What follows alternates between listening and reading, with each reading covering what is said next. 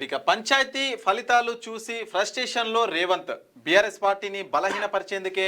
chief tricks play KTR నాకు మధ్య మిత్ర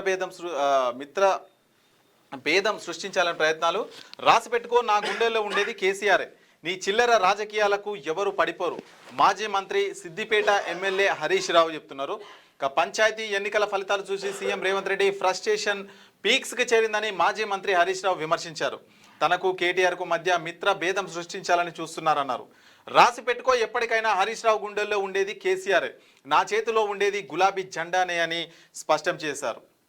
సో పంచాయతీ ఎన్నికలు చూసి ఫ్రస్ట్రేషన్లో రేవంత్ రెడ్డి ఉండని చెప్పేసి కూడా హరీష్ రావు అయితే కొన్ని వ్యాఖ్యలు అయితే చేస్తున్నారు సో కేటీఆర్కు తనకు మధ్య మిత్రభేదం సృష్టించాలని అయితే ప్రయత్నిస్తున్నారు సో అది జరగని పని అని చెప్పేసి కూడా హరీష్ రావు అయితే చెప్తున్నారు సో నా గుండెల్లో ఎప్పుడు కూడా కేసీఆర్ గులాబీ జెండనే ఉంటుంది కేసీఆరే ఉంటారని చెప్పేసి కూడా ఖరాఖండిగా చెప్తున్న పరిస్థితి